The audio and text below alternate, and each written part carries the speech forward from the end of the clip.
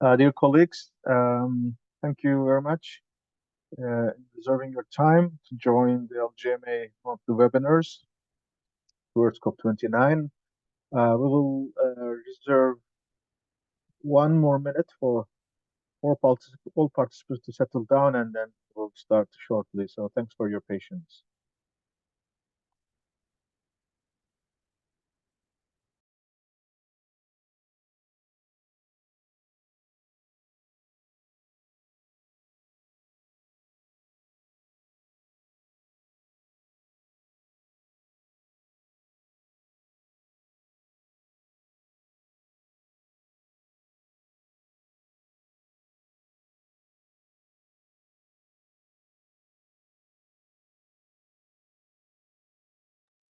So I think we are more or less uh, all settled down. We are reaching to a maturation of our participants for this round. Um, A warm welcome to all of you. My name is Sari Khan. I'm the Director of Global Advocacy at ICLE Local Governments for Sustainability, and I am also serving as the focal point of the local governments and municipal authorities constituency on behalf of ICLE. This is a monthly uh, this webinar series, and every month it is usually around the last Wednesday or second Wednesday. It is repeated twice in order to enable uh, the Eastern and Western Hemisphere participants to join. The sessions are recorded and available later on in ICLE's YouTube channel, as well as the presentation link as well. Um, we usually take ourselves through a presentation that is compiled by me and with inputs from all the participants or partners of the LGMA.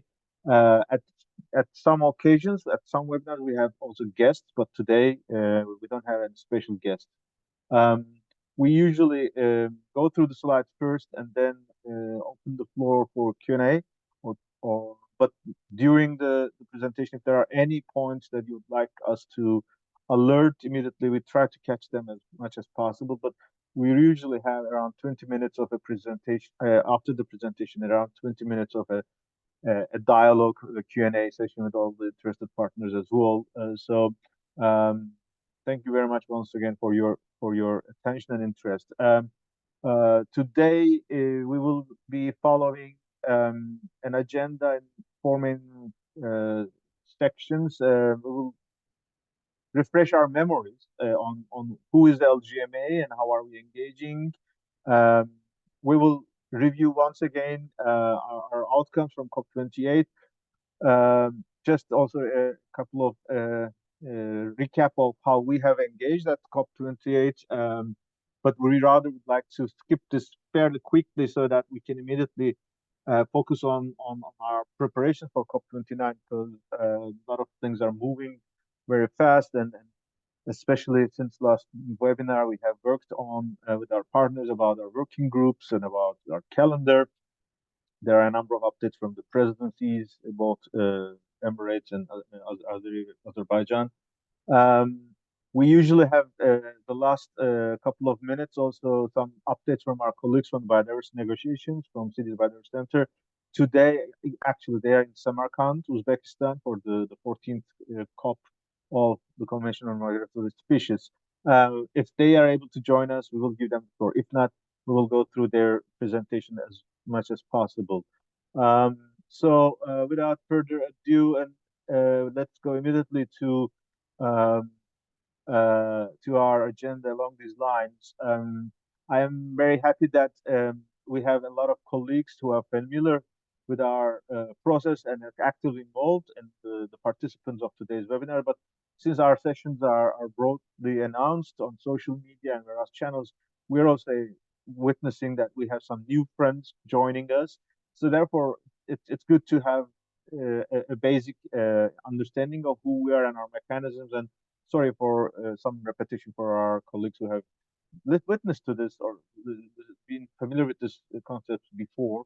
Um, The UN climate negotiations is full of abbreviations, and LGMA speaks for us. And in official terms, it's the local government and municipal authorities constituency to the UNFCCC. But in practical terms or layman's description, we are the voice of subnationals, towns, cities, regions, and states in the United Nations framework on climate change since 95, since COP1. We are one of the three constituencies that have been involved in this process since 95. Um, we have several mechanisms. We are engaged in the negotiations. We are actively involved in the action agenda since Paris Agreement. We are having intensive dialogue with the presidencies, but they also have their own uh, priorities. We are aware of that. And in particular, we are also actively engaged with the Friends of Multi-Level Action or the countries who are supporting the multi-level action, both in the negotiations or UNFCCC agenda, but also by delivering action at home at their own jurisdictions, so that it's a two-way relation. What we usually how we engage in this process is that we mobilize our leaders to the COP sessions or other sessions throughout the year. We create a voice and space for us in the negotiations, especially in the COPs. During the COPs, we create our own blue zone space, which is branded as the home of subnationals. And we are trying to make sure that our priorities are reflected to the agenda uh, throughout these processes. We have regular communication channels. Webinars are one of them. We have monthly bulletins. We are recommending you to subscribe so that we can follow it much more actively. Other than these, we have also mailing groups that is particularly open for the partners of the LGMA constituency, whereas the webinars and bulletins are reaching even more beyond our constituency. Especially mailings and our WhatsApp group are much more for our internal communication. And in case you are representing or you are a part of an association or a representative of a local or regional government, feel free to inform us so that we can engage you actively in this process as appropriate. Um, Bird's eye view. We are now more than 30 years in this climate change process. Um, During this, there has been several waves, several phases. You can also say that, and in that sense, we can classify all these in four main phases. The first 3 years was the period where we were achieving our own space as LGMA constituency, but it was also the moment where relatively our engagement was limited, especially we were expecting a similar space like we had achieved in Local Agenda 21, but negotiations of the United Nations Convention on Climate Change and its Kyoto Protocol was much more different at those times, and we were also not very active, let's be realistic, inside the processes. There, we were rather relying on our own processes. Once this era, it's officially, let's say, ends in 97, but there's like a period of like 8 to 10 years where we were rather on the sideline. We were only having our own side events and our own summits, which were not interacting too much with the official processes. Starting from the Kyoto Protocol into force, and especially our members in the U.S. Were playing an instrumental role because at that time U.S. was not very positive for the climate agenda. They were keeping the momentum high, and another experience was going on in the Europe with the Covenant of Mayors, and meanwhile we had new partners, new networks involved in the process. So by the time the Bali process was kicking off, when there was a third generation of climate action to be announced in Copenhagen, we kicked off our local government climate roadmap, which is recognition, engagement, empowerment. Obviously, we had worked a lot, but Copenhagen was recognized as a shipwreck in this process. It concluded without a clear consensus. And in fact, from Copenhagen until Paris Agreement, this was the phase when the UN climate negotiations were soul searching and trying to design a new phase, design a new style of climate action, more inclusive, but a bit more bottom up and less enforcement. This was the process from the Cancun to ADP negotiations. but Lima Paris Action Agenda was also evolving. In that space, we have also developed our own initiatives, our registries, our pact, um, our initiatives at the UN Second General Summit, Compact of Mayors, and others. We're all trying to push ourselves into the process as effectively as possible. And this too proved to be really a concrete success where in the Paris Agreement, we were recognized in the preamble as the Paris Agreement and the parties recognize friends of importance of all levels of government. So these are, um, let's say, another era. Immediately after the Paris Agreement, which concluded until Dubai, this 7 years, which was the first phase of the implementation of Paris Agreement, you can see that the number of engagement opportunities have exponentially increased because was a result of this Paris Agreement recognition.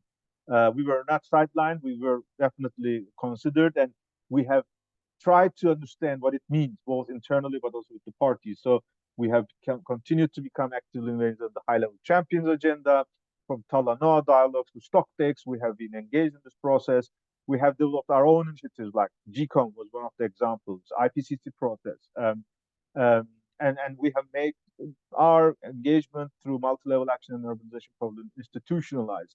And especially in the last 3 years, we have made several serious initiatives like Surge, like Champ, and urban stereos. So this era is also marked in the official negotiations that we have two major achievements. The Glasgow Climate Pact in the preamble now, this time, we officially have the language of multi-level action embedded in the Glasgow Climate Pact. This was remarkable because it is going beyond recognition. It's offering an opportunity for new partnerships across all levels of government, not just recognizing importance, but action is recommended. And in the Emirates, Dubai, COP28, in the UAE consensus, it's even more strengthened because now we are in the operative paragraph. We have a concrete paragraph 161, which urges parties for multi-level action. And considering that Dubai has concluded an era with local with stock takes and opened a new era, we are confident that this achievements has now giving us the power and the legitimacy to be more active towards COP30 in Belém, which is the new 2 years working mode. We will go through the details soon as how we are prepared for this process. Um, in that sense, in particularly having much more detailed understanding of what happened in Dubai, yes, there are official negotiations, so many decisions adopted, but most important ones are compiled under Emirates consensus. And there we will see we have so many references to our constituency. We had seen numerous ambitious announcements, including our initiative.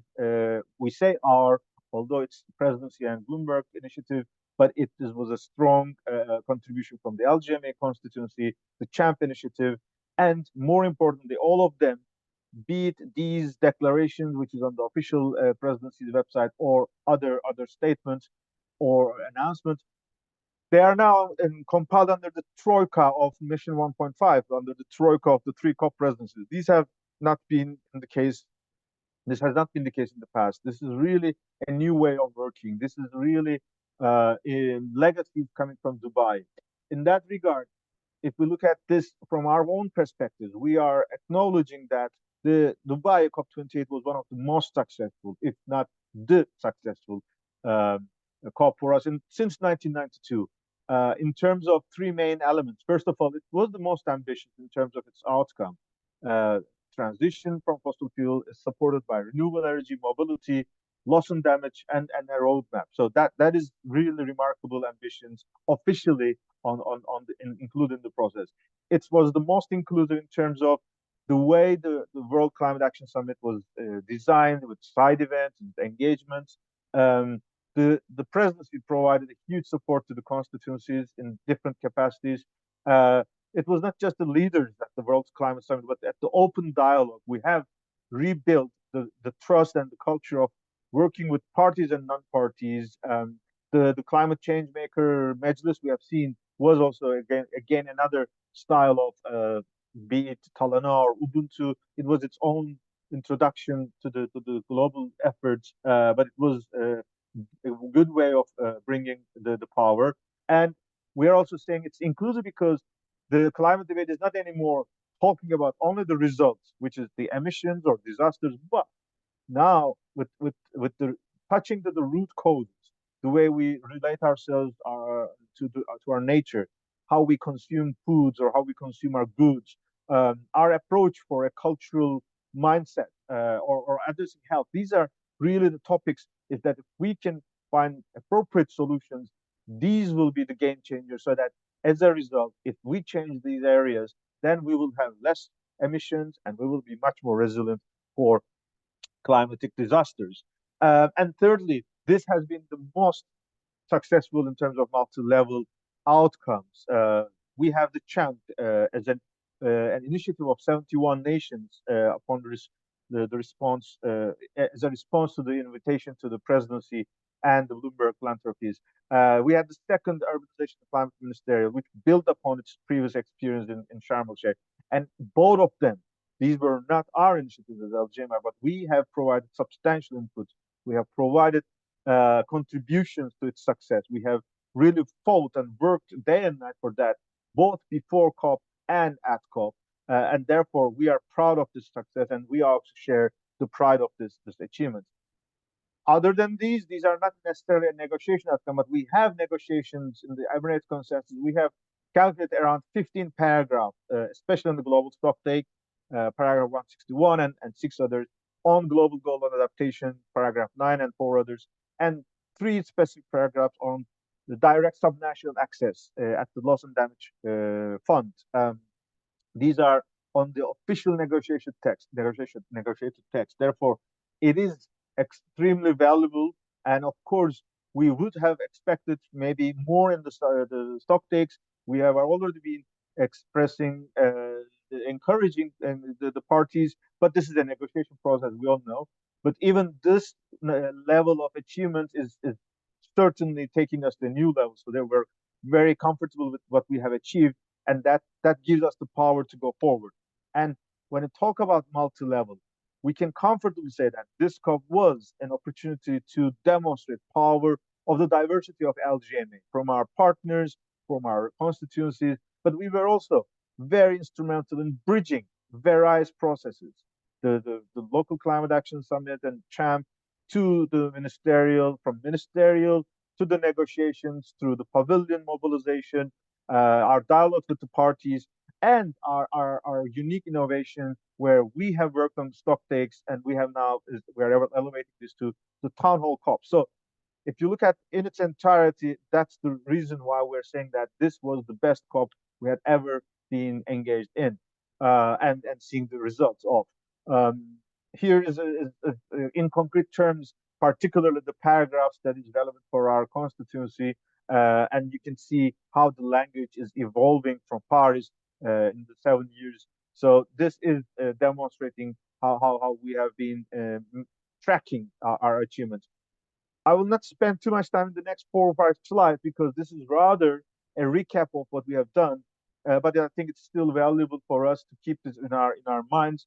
So this text or this visual is particularly giving the notion that for some, this COP may be extremely surprising with all these outcomes, but we as LGMA, we were confident that this COP will be different than others because throughout the year, we have been engaged in so many intergovernmental processes, and in all of them, we have made huge success, from the G7 to Amazonas, from the European position to Africa Climate Summit. We have received so many references, and we have been involved in stocktake processes at the global level as well. So we were already expecting this, but we need the momentum at COP, and that was our let's say mechanics to connect the year-round engagement or the year-round outcomes to the end of the year COPs.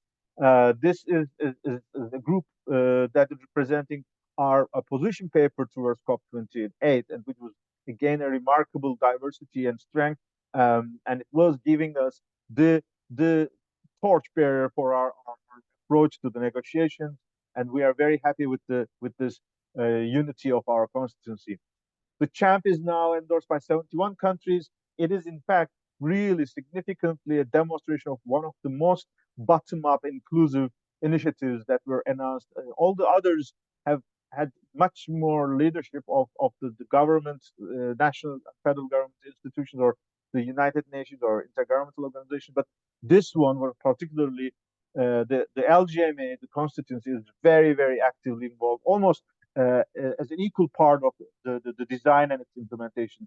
And we are very happy. We are aware COP28 presidency and Bloomberg philanthropists, which have been the key actors behind this process, they have already started consultations in the implementation phase, and we are also expecting that the experience at COP28, the way we have reached out nations in terms of their endorsements, will now feed into the new architecture or the new implementation phase of the champ, and we are hoping that we can announce concrete, uh, let's say, invitations for our constituents in the next couple of days, because the partners are having their internal consultations. But we are like to assure you, all our partners, that there will be a very good space where we can engage in this process. The urbanization and climate ministerial was something, as we have always said, that since 2013 we have been asking for it. Marrakesh was, sorry, Sharm el Sheikh was our first experience. Obviously, everything when it's in the first round, it has its own weaknesses and challenges. We have taken a lot of lessons learned.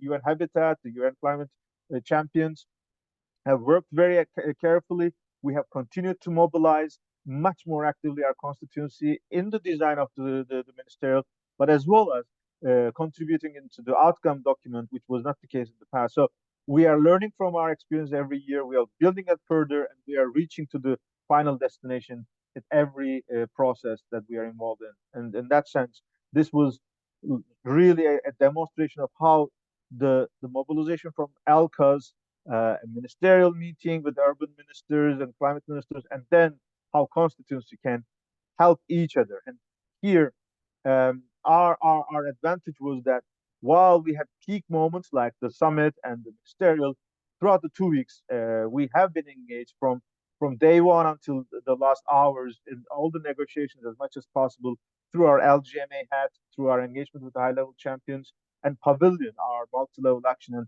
and urbanization pavilion, was our base camp, our home. When we get together, we make our strategic discussions. We have used this for our space, for our key announcements, so that we can build on this in the future experiences as well, so that we will always be able to make sure that in the blue zone we have our own mechanisms offering support to our delegations and mobilization. And this process was carefully crafted so that once we have the outcomes, endorsements of the initiatives and the ministerial, we have continued to create pressure and create invitations to the parties, so that this bold, inclusive approach from the presidency and its partners can be welcomed by parties, because it's the parties who would insert the text into the negotiation document. And we have launched the Step Up campaign. We have made ourselves in the public space, but also in the closed doors, in the negotiating rooms. And that was the way we achieved all these outcomes in the negotiation text as well. All the documents, the announcements, the webcasts of the pavilion, and our statements in various sessions are available online. You can reach them, watch them, or download them. And we are also powerful that our innovative approach to the stock takes, convening stock takes at the local level, has bared its fruits. There is a huge now recognition that if we are going into a new era of Paris Agreement, if we are talking about multi-level NDC, then we also have to bring the communities to bring their ownership to this process. And that is the mechanism we will continue. The 25 plus stock takes across the world on the way to COP will now evolve into a new phase of action, which is branded as Town Hall COPs. And we would like to work with all of you in this line. This is the latest updates on who is who in this space. We are all aware that every year the country who has concluded the hosting of the COP, at least until officially until the plenary of the next COP, they are the ones who are responsible for the implementation but we're also aware that their efforts are gradually peaking towards the mid-year meetings in Bonn, the UN Bonn conferences, and especially from the June session, the incoming presidency takes over with their teams. However, this year we are witnessing that there is a number of innovations introduced. For example, um, just yesterday, the Troika was announced at an intergovernmental meeting, the World Government Summit hosted in Abu Dhabi, which was an opportunity to bring the three COP presidencies and the high level champions of COP28 and COP29 as early as possible in the year. I have not seen such an early engagement of the two presidencies with full of their teams established and mandated. So that's again a very remarkable signal that the nations are taking this process seriously. Um, we have a number of important mechanisms. The Youth Climate Champion, for example, was a voluntary initiative of Dubai, but now it is an official aspect of the leadership, and it is immediately announced along the same lines with the high level champion of the climate action agenda. So both of these champions are female, and that was also a topic that was very hot on the table. The initial domestic committee was on all male, which created certainly rightfully critics and concerns. But the good news that presidency heard these feedbacks, and in a couple of days' time, they have updated, they have expanded, and in addition to the official president designate, they have announced the two other positions to the female leaders, which was in fact a demonstration of how important these open dialogues and constructive approaches is valuable. And we will also touch in the next couple of minutes the next steps that has been led by our constituency, the sister constituency, Women and Gender, which wants to make sure that such things are not considered as an forgotten agenda, so that it is being addressed as early as possible in the process.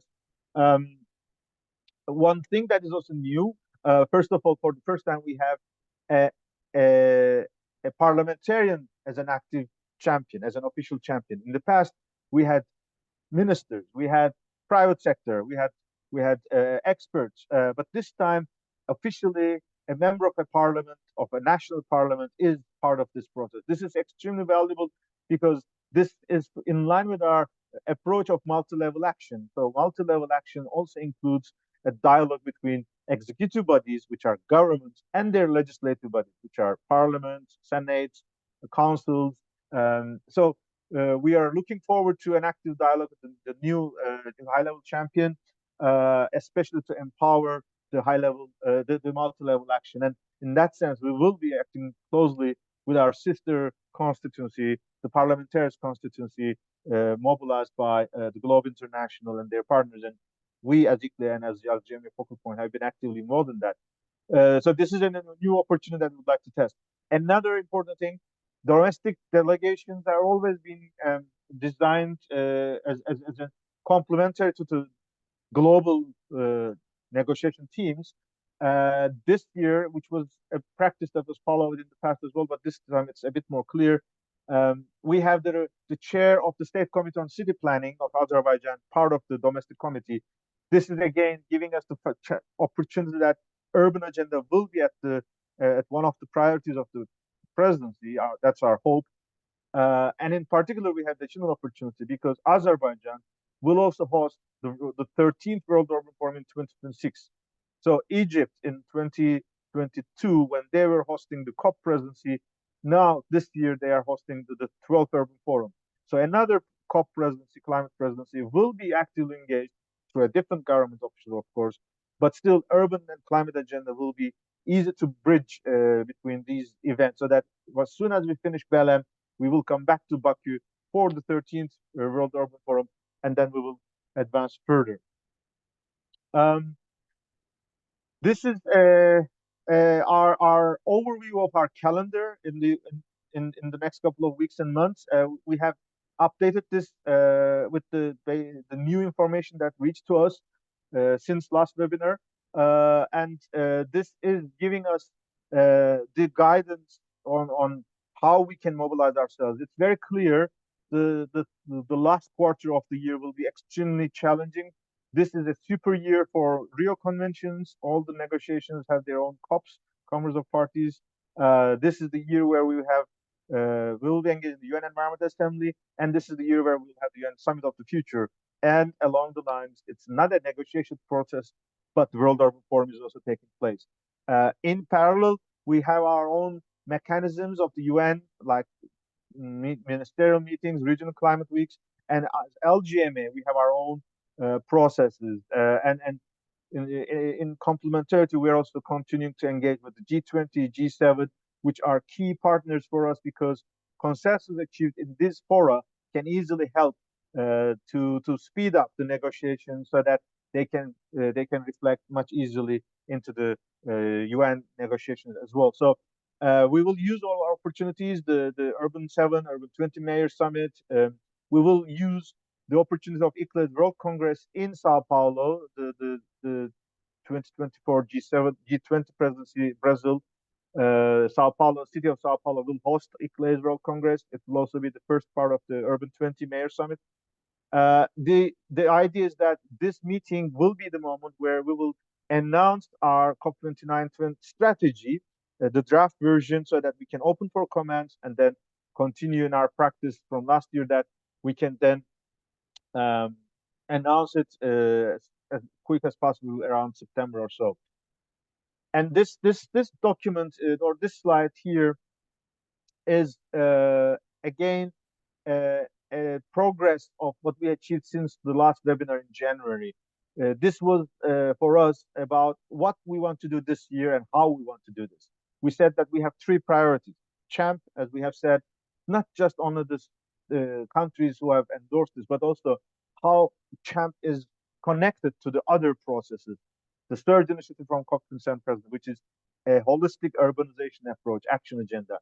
The global climate action agenda, how we connect to our races, the breakthroughs, the Sharm el-Sheikh adaptation agendas, and how we work with our important partner, NDCP partnership or NDC partnership, which is a unique mechanism that has been proved to be the most effective mechanism to raise ambition of the NDCs, especially in the global south. And we would like to make sure CHAMP is building on all these resources so that it is delivered as quick as possible, and we can even expect some good practices as early as possible in 2024, especially from pioneering countries. In that regard, we are trying to make sure that this is introducing us a new way of work that bridges all these initiatives. Meanwhile, we will this year particularly formulate our town hall COPs. Hopefully, we'll have some practices on that, and we will continue to provide inputs to the negotiations throughout the year, either as submissions or workshops. And here, last month, we have proposed a total 10 working groups, but the feedback we received from our partners demonstrated that there will be a need for an expansion of these working groups thematically, but also it would be good to cluster them so that we understand the relations of these different working groups. In that sense, our proposal is that we focus on 10 working groups, which is particularly focusing on the negotiation agenda. The decisions, the submissions, the programs, some of them are dating back to 5 or 6 or 10 years ago. There is continuous need to provide inputs to this mechanism, particularly when the new climate regime will be designed through multi-level collaboration. So we have to now formulate at every negotiation item, how do we see local energy governments can be contributing and how can they be benefiting from the global mechanisms. We also revised some of the texts or the themes in order to be reflecting the reality on the ground. So in total, 10 groups. As you can see, all of them have this specific negotiation agenda item inside the UNFCCC. This is seriously a big workload, that's for sure. But we have to face this challenge because if we want to make progress, we have to bring our experts focusing on these areas to come together more often, work together, and share their results with our constituency in our monthly webinars or others. And then they should guide us about how to attend these workshops, who would speak on our behalf, what will be our proposal, How will we communicate with the parties and the negotiators? So I will not go through the details of all of them, but we can maybe get back to this on the Q&A session. The second part is this is UNFCCC specific, but the second one is the the implementation on the ground, both inside UNFCCC and outside UNFCCC. This connects to the global climate action agenda, global climate action process with Marrakesh Partnership. We are very confident and very hopeful. We are very, very appreciative to the approach announced by Razan Mubarak, Her Excellency, in Dubai, saying that she is committed to consolidate or streamline the urban action agenda because we have so many initiatives, so many uh, processes that is not very clear how do these relate to each other or how do they bring concrete benefit to our members, local and regional, on different parts of the world. So we have to make it much more simplified and we would have to work on that. Of course, this has to relate to CHAMP. How we will work on the CHAMP, as we said, we will follow the initial partners, COP28 presidency and Bloomberg presidency, Bloomberg philanthropies. But we are hearing, as we said at the beginning, they are looking for institutionalization of this process, where LGM is prominently on the front line with its seat, which gives us much more opportunities. And our partners who will be involved in this process could be the lead of our working groups here under CHAMP. The other multi-level action is also the fact that CHAMP is only binding, or let's say applying to only 70 countries. And there's also so many countries who have not made an endorsement to CHAMP, but they are implementing multi-level action in their own styles or in their own cultural or political perspectives. We have to relate to this as well. We already have members in these countries, be it China, be it India, be it or all other countries.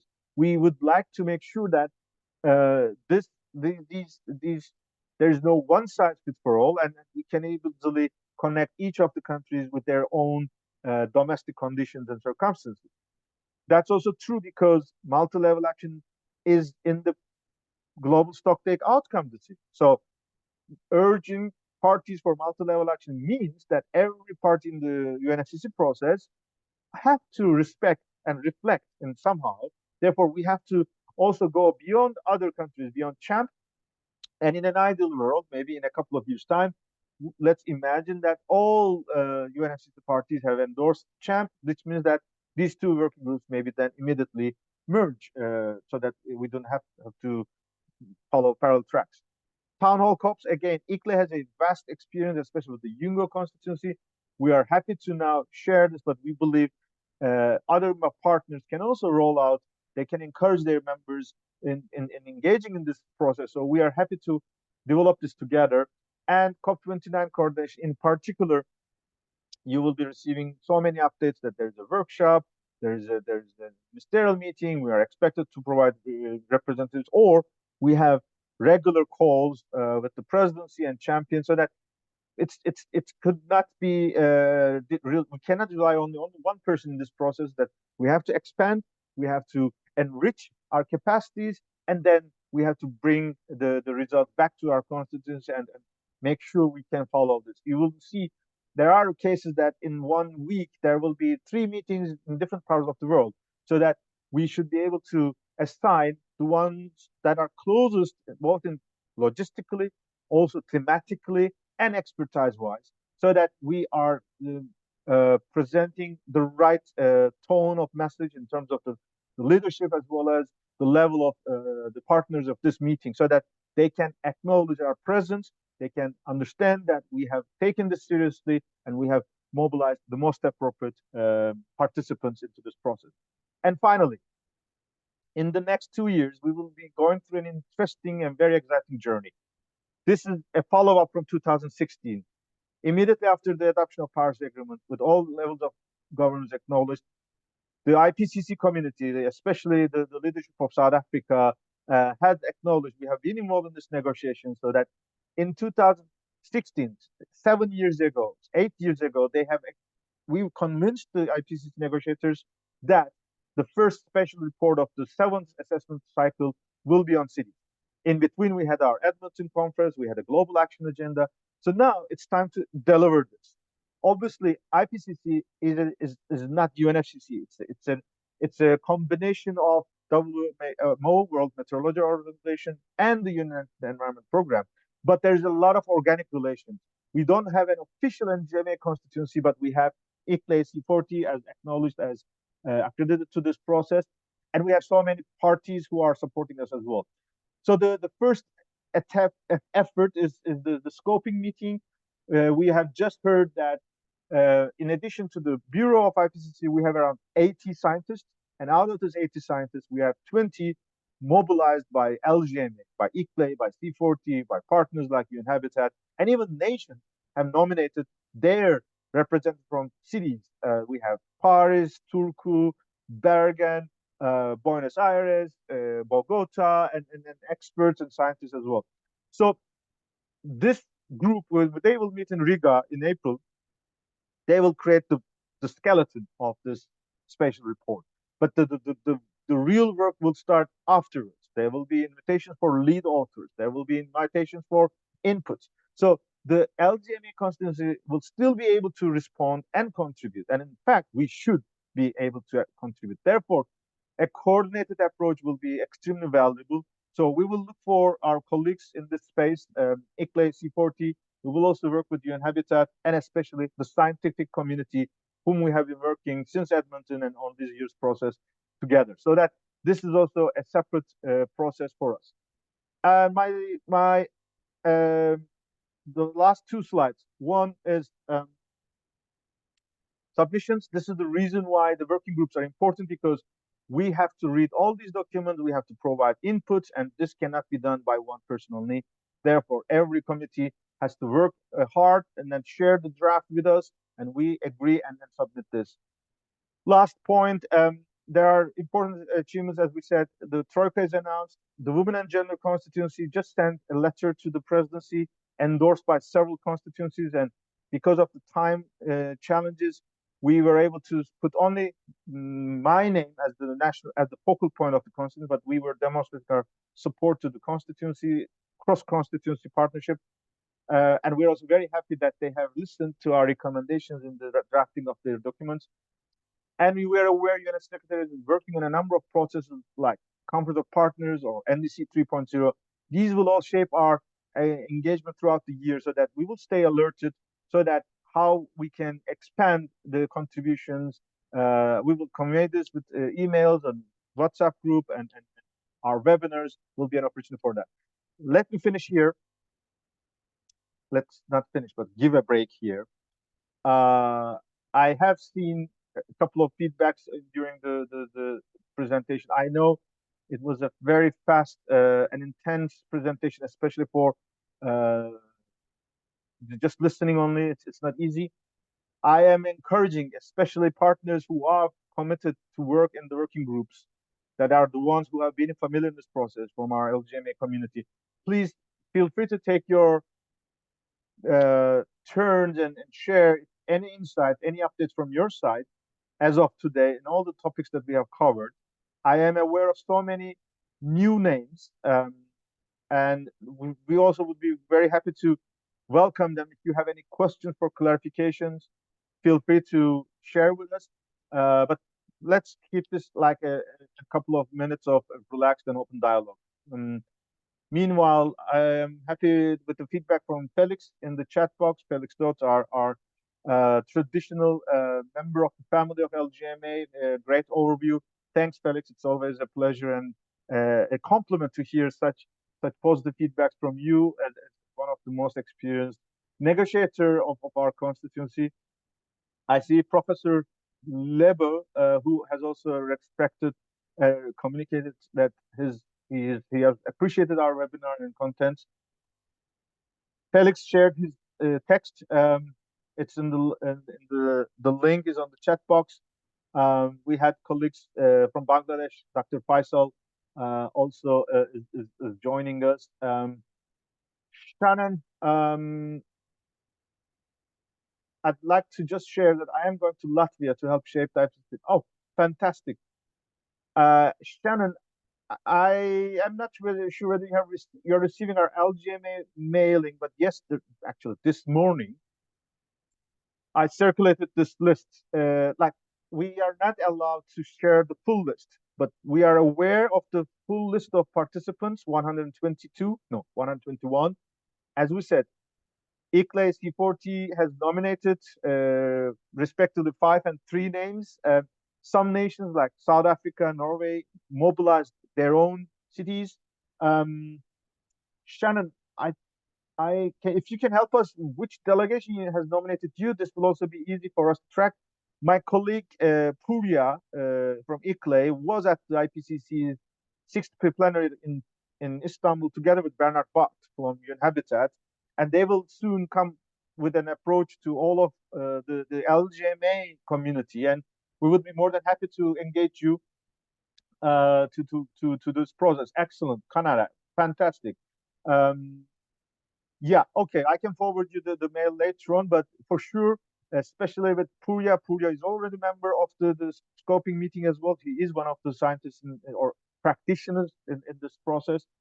We know Leah, we have seen Seth, Aroma Revi, Deborah Roberts, Jan Francois, Risto, Carolina from Bogota, Buenos Aires, Turku, Paris. So we are really having a very, very good, strong delegation. So we will be very happy that you can also be continuing to stay in touch with them. Happy to convey this message to our colleagues there.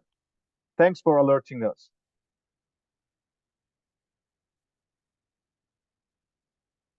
Um, Teresa from Committee of the Regions. Thanks, Teresa. It's great always to see you, your engagement.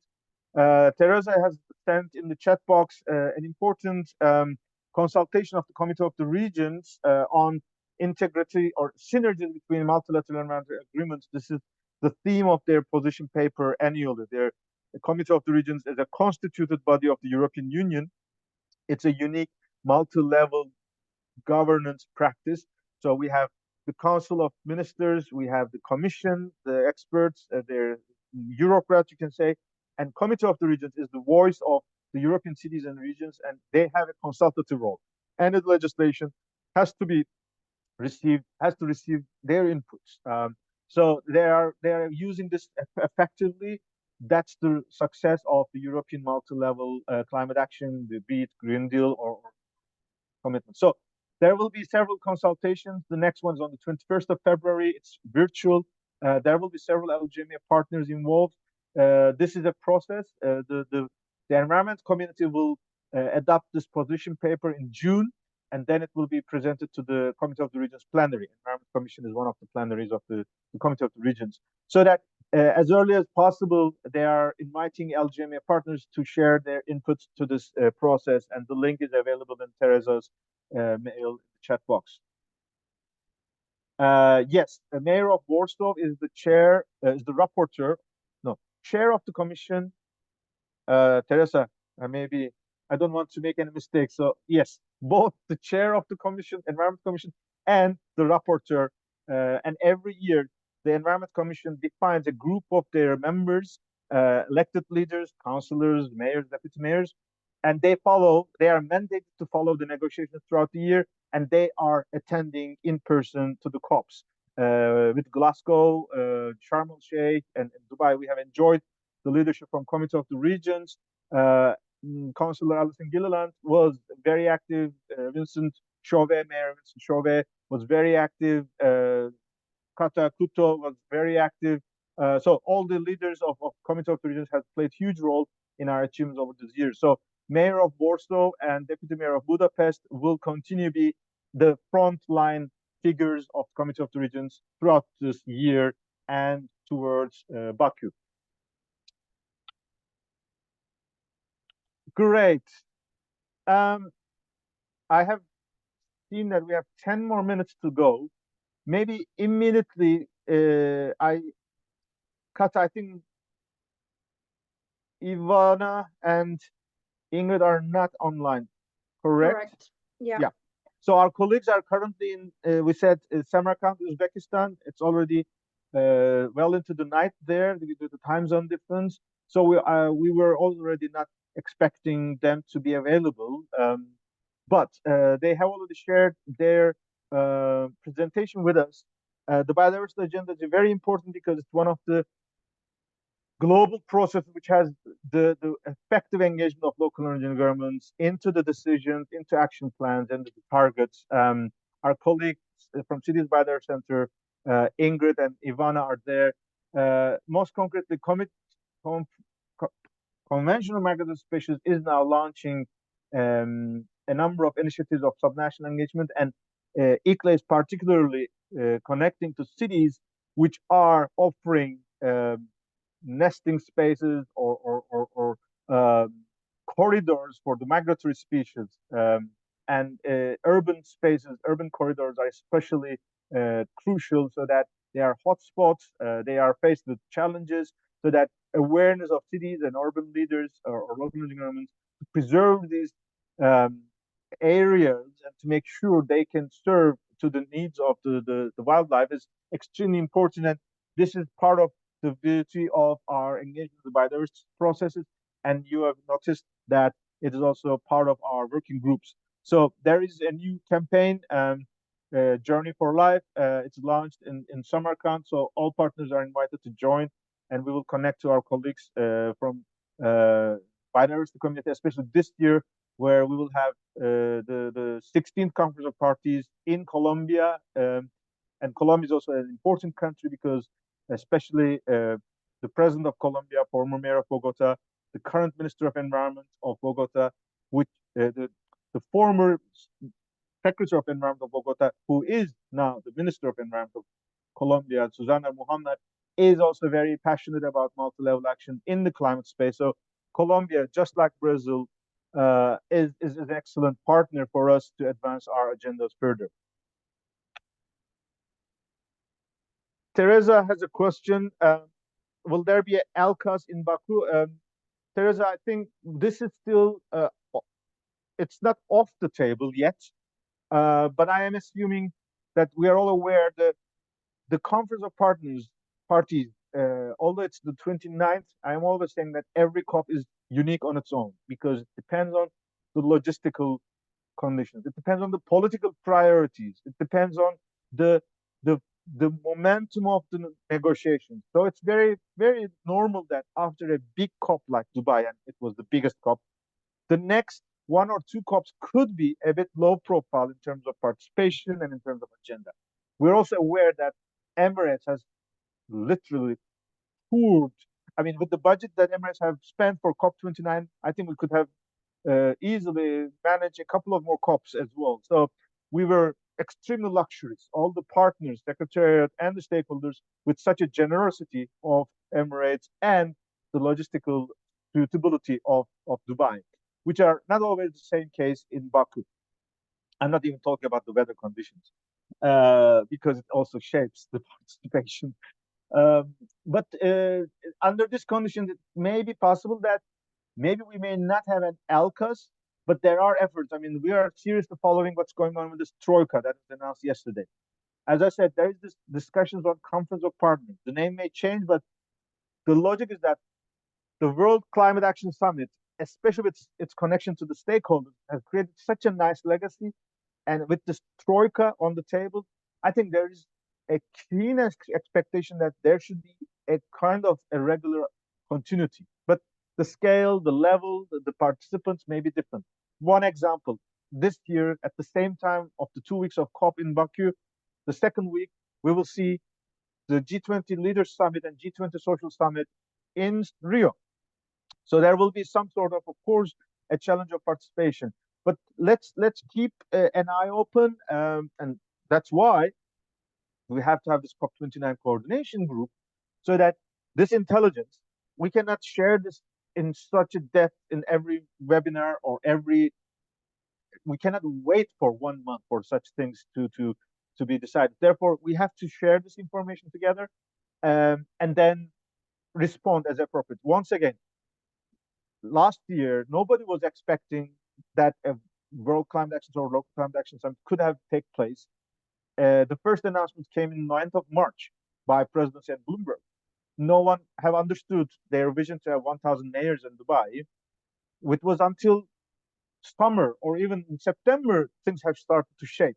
So these are the challenges we have. I am expecting for sure there should be some powerful political leaders, but the number, so the quantity, may be a bit less. And it could also be possible that we may use alternative and digital technologies so that, as just like the way we have said, this town hall COPs, that in order to contribute to the debate at COP, you don't have to travel all these thousands of kilometers and emit emissions. If you can convey your consultations at home and compile it digitally, if there is an opportunity from the UNFCCC, we can make your voice heard. So let's see what options we can develop. But we will be expecting, uh, I mean, if you see, once again, there has never been such a strong troika in the past. So Azerbaijan is also very keen on that. I am expecting the let's say decline, but the tendency is always high. I'm not talking about numbers, but politically. So this COP will be discussing discussions about finance. We would see all these discussions. So we are sure there will be significant agenda for us. And for sure, there's one thing that we don't want to sacrifice is the multi-level action urbanization pavilion. We really want to make sure that wherever COP goes, there is a space for our local governments and municipal authorities constituency and our partners. We will continue to do this in the UN climate negotiations in Bonn through daring cities. We can be flexible with ALCA's summit, it's whether it's a plenary or not, but we want to make sure our space is preserved. Jonathan from Honduras, excellent contribution. So we have been working with Jonathan from Tegucigalpa in Honduras. They have been actively involved in all our works since COP. I think we are working with you since COP Madrid and onwards. So we're happy that you're still connected to our work, and we will continue to stay in touch with you, especially in reaching out to Honduras, for example. Honduras is not yet a signatory or endorsing the champ yet. Maybe we can work on it, but maybe someone can check it online. I don't have the full figure. I'm not. I don't want to be misguiding in that sense. I remember there's. I saw a hand raised. Kata, do you remember who was this colleague? And maybe it was a mistake. They just turned down their hand immediately. I don't remember or I didn't see. So Yeah. Okay. It could be sometimes yeah, a mistake. might Yeah. have been a So mistake. okay. Um, we are in the last 2 or 3 minutes. We can also save these 2 minutes for our humanitarian needs, so that you have a buffer to your next calls in the next hour or so. With this in mind, I'd like to thank you very much for all your contributions. We would stay in touch. You will receive the links. And if you have not been involved in the LGMA working groups, please send us your email expressing yourself, your institution, so that we can see whether you will be eligible to join us.